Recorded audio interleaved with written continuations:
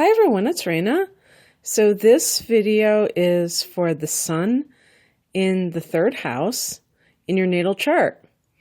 And the sun represents your ego, your sense of purpose, and your personality. And I just want to say that the word ego has a bad rap because obviously there's a different connotation when you talk about somebody who is egotistical, who thinks that they're better than other people, who is possibly very arrogant and maybe even very self-absorbed.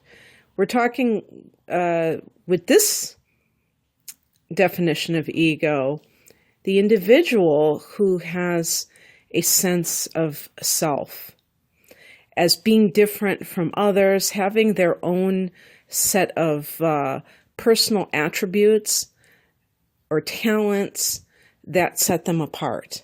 And there's nothing wrong with that if you don't let it go into the sense that you're better than them, but just that you're different and that you stand out for your own traits.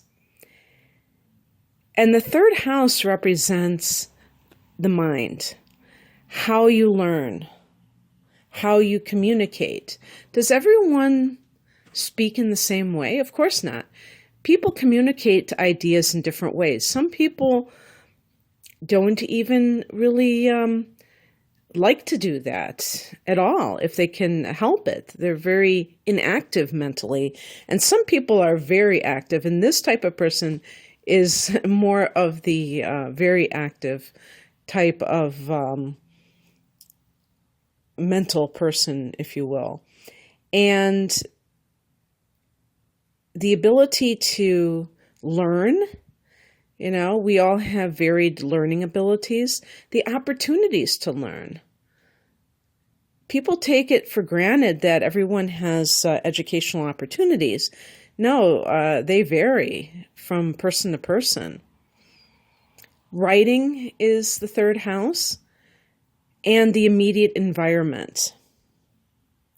So I take it that this is one of the reasons why the third house is associated with the media, with the news, journalism, because it's communicating about the immediate environment, what's going on, what's, all the great things that are happening, all the terrible things that are happening.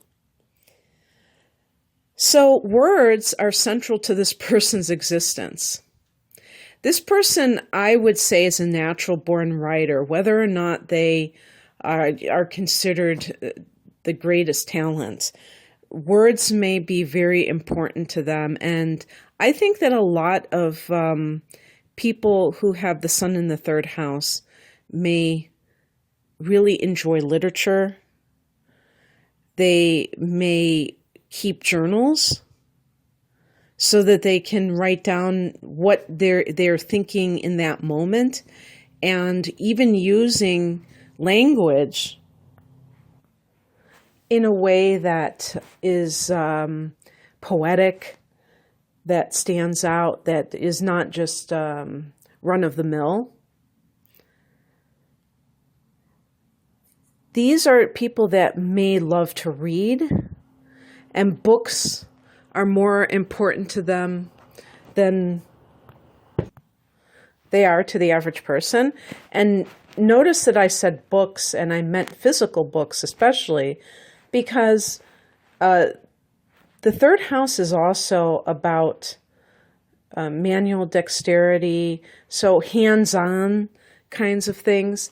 And so that physical representation of words, I think, means something. I think physical books are very, very important. And I don't even have the sun in this house, but I think that sun in third house people would be very passionate about keeping physical books alive and not just having everything go digital. So this kind of person, because they love to read, because they love to communicate and learn. Did I say learn? I hope so. I hope that I said that they love to learn. I said that there's an ability and opportunities to learn because of the third house, but that they love to learn. This can make a whiz kid a child who is good in school. Now, the third house represents the earlier years of learning and the environments of learning. So we would say like elementary school. And I have actually read up to high school. But I want to focus especially on grade school, or, I guess high school is it considered grade school? Because you say 11th grade, 12th grade, but the earlier years, because I have a background in education, never taught, but I have worked in a school and observed in many schools. And I really do believe that those early years set the foundation for a child's attitude towards reading, learning, and things of that nature. And if they are painful, that child will, shun opportunities in the future because they feel inadequate. These are the kids, these third house sun people, as children, may have been the ones that were considered the smartest in the class. And remember that the sun is the central figure, so they may have stood out as being the smart kids. And that can indicate that their self-esteem is very high, because in this context, in this environment, that is a very important environment. School is central to children's lives. So if they are successful in that environment, that's going to give them early self-esteem. Again, the sun representing that confidence and things like that. They may be self-taught kinds of people. And if there are no planets in the opposite house, which is the ninth house, that represents university, they may not pursue academic studies. And the importance of this particular issue is that there are some people out here who are very knowledgeable, who have never gone to college, and they're self-taught, and they could be a professor.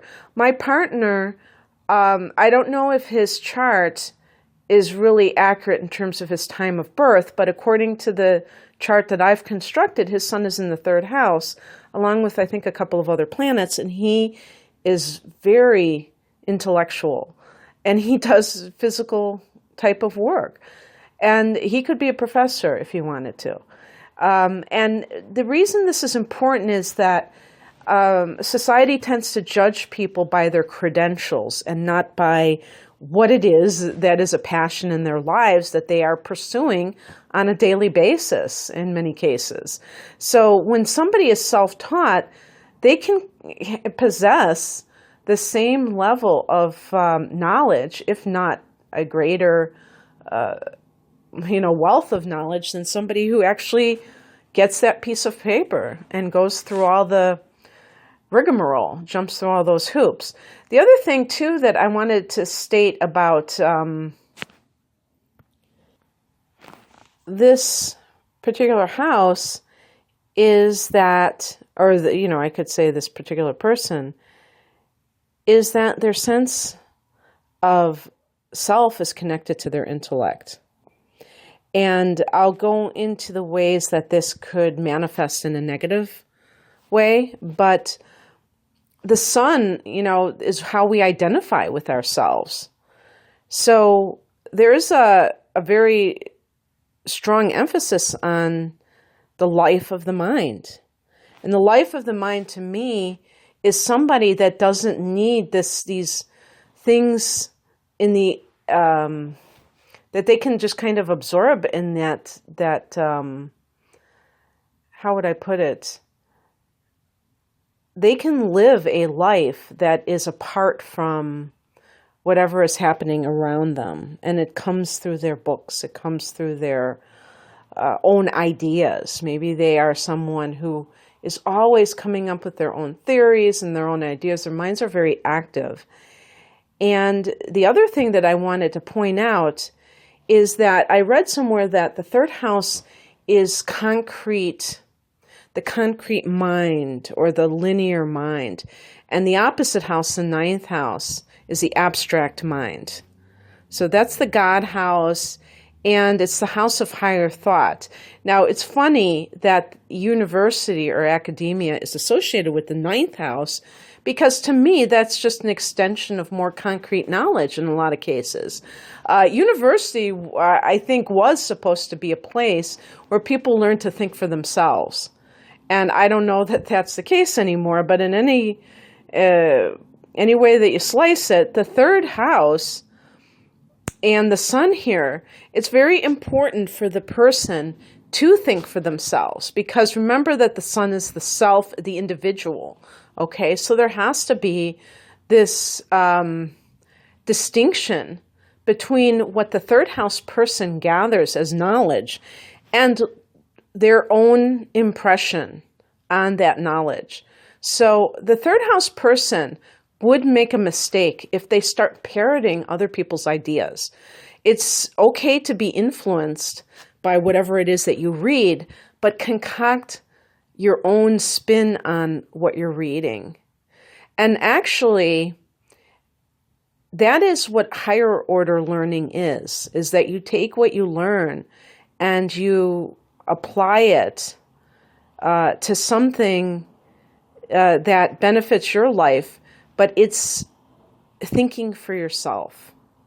And if a third house sun person does that, they will have achieved what this house represents. This house favors careers for people who are writers, actors, salespeople, marketers, television, movies, and journalism. I was just thinking, if you have the sun in Cancer or Pisces, or I guess Scorpio, to me, Scorpio is the outlier of the water signs, because Scorpio has its own way of doing things. But there is a manipulative tendency in water signs, and I say that with great love, because manipulation is what sales is all about, right?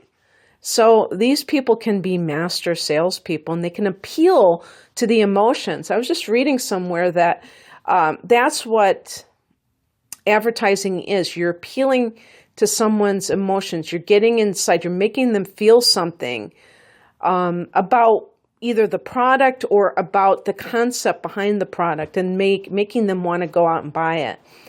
And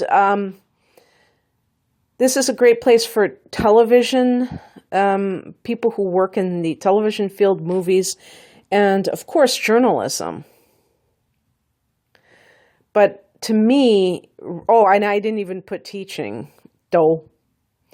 That's certainly going to be it. And, with writers, yeah, for sure. And I'm sure a lot of sun in the third house individuals consider themselves writers. They probably have written 10 books that they've never even published in some cases. These people take pride in being good neighbors. They want to get along with people in their local environment, and they want to be connected to their local environment. People like this may really identify with where they live as a local area. So I'm just injecting this. I have no idea if this is true. As somebody who's lived in the suburbs for all of my life, except for the first 3 months, when I lived in the city, the suburbs are a more, I think, self-contained and, intimate type of environment than like a big city. So whether it's local government, local theater, that could be very appealing to the sun, in the third house type of an individual, like running for some local council or what have you. And siblings may be important in this person's life, but let's go into the shadow aspects, because the siblings can figure in here too. This would be an afflicted sun. So hard angles, squares, or oppositions from the sun to different planets could indicate some kind of problems in this area of life. And with siblings, sibling rivalry. Remember, the sun wants to shine, be the center of the universe. If there is any kind of favoritism by parents, and they favor that other child, the golden child. Isn't that funny that, in the theory of narcissism, of a narcissistic parent, they pick golden children, that they heap all their praise on, that they favor, they give them maybe special privileges. If this child is not the golden child, they will probably suffer more deeply than somebody else in that position. And there is a danger for experiencing this when the sun isn't afflicted in the third house. Now, I'm, thinking about that. I wonder if they could be the golden child, if there is no affliction, but maybe that is a detrimental situation, even if they are the one that is getting the preferential treatment. I think so, because that does fracture relations between siblings. So even if they are the golden child, so to speak, that could create problems where their siblings have animosity towards them. And I was going to say rightfully so, but that's not necessarily fair, because you can't control whether your parents favor you or not. But they may revel in it, they may bask in it, and that could cause jealousy with other siblings. These kinds of people can be intellectually arrogant, again, with afflictions to the sun, where they think that they're smarter than other people, where they think their opinions matter more than other people because they're such geniuses. I'm using that term derisively, if you can't tell. There's a tendency to be a gossip. Again, talk about the news. News is, you could call news gossip. Oh, did you hear what happened on, such and such street? There was a bank robbery. There was a crime on this street. Well, same thing. Did you hear about John and his wife, and they're getting divorced and da-da-da? So this is, I didn't write this down, or type this down, I guess you'd say. One of the things that sun and third house people have to be careful of is not having verbal diarrhea, where they're just talking incessantly. That can be a problem, being too talkative. And I think sometimes gossip arises when the person is not being very intentional with their speech. They're just kind of running at the mouth and not thinking while they're talking, and just kind of blurting out secrets and, other people's dirt. But there are maybe some people that really enjoy juicy gossip, giving it and hearing it. And by the way, this is Gemini's house in the universal chart, astrological chart. And Gemini is ruled by Mercury, so third house matters. So people with the sun in the third house are like honorary Geminis, no matter what their sun sign is. And I would say, too, that if the sun is in a sign like Scorpio, people who are seeking revenge, and especially if there's kind of like these hard angles, they may use their speech in malicious ways. And we really have to be careful of that. Some people don't place much importance on speech. But remember that you can never take back words. You can apologize for them, but others will remember what you say, even after you've apologized. So it's very important to be disciplined in your speech. This can lead to somebody who's an intellectual zealot. I don't know if I should have said intellectual zealot, but somebody who is who wants other people to think the way that they do. And if the sun is in a fixed sign like Scorpio or Taurus or Leo, I guess Aquarius could figure into here, but Aquarius is known for being very broad-minded, but it is a fixed sign. But the person may be very stubborn in their beliefs and want to kind of cram them down other people's throats, maybe if their sun is in Aries. That sense of aggressiveness. And there could be problems in their early school years. Maybe they didn't shine intellectually. Maybe they did have troubles. If Saturn is also in this house, and especially if Saturn is afflicted by Mercury, there could be learning disabilities and things like that. So, and like I said at the beginning, if a child doesn't do well in school from an early age, and reading is such a foundational part of learning, that can be something that affects their self-esteem, the sun, the way that they feel about themselves. And for this reason, I just personally, I'm going to add just a little side note. I think that schools should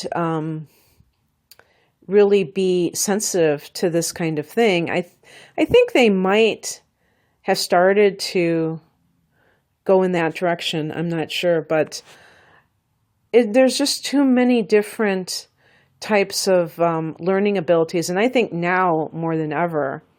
And it's not really conducive to a child's self-esteem to kind of lump them in with others and expect them to learn on somebody else's timetable. And so if you're listening to this and you're listening for a child who has the sun in the third house, please keep that in mind. If you notice that they tend to deviate from where they're supposed to be at a certain age, that doesn't mean anything, and that everybody is an individual. But in closing, I just want to say that this person can be a very lively conversationalist, fun to be around because they tend to be very interesting. They tend to have a lot of observations. This is the house of the immediate environment. So these people can be very aware of what is around them, their surroundings. You've seen people that are oblivious to everything. Well, this type of person notices everything, and that can lead to very stimulating conversations with others. And they have, like I said, a way with words. And so that in itself can make people stand up and listen to them, sit up and listen, I should say. Okay, I hope you enjoyed this. If you would like a personal natal chart interpretation, I will provide the links below. Take care. Bye.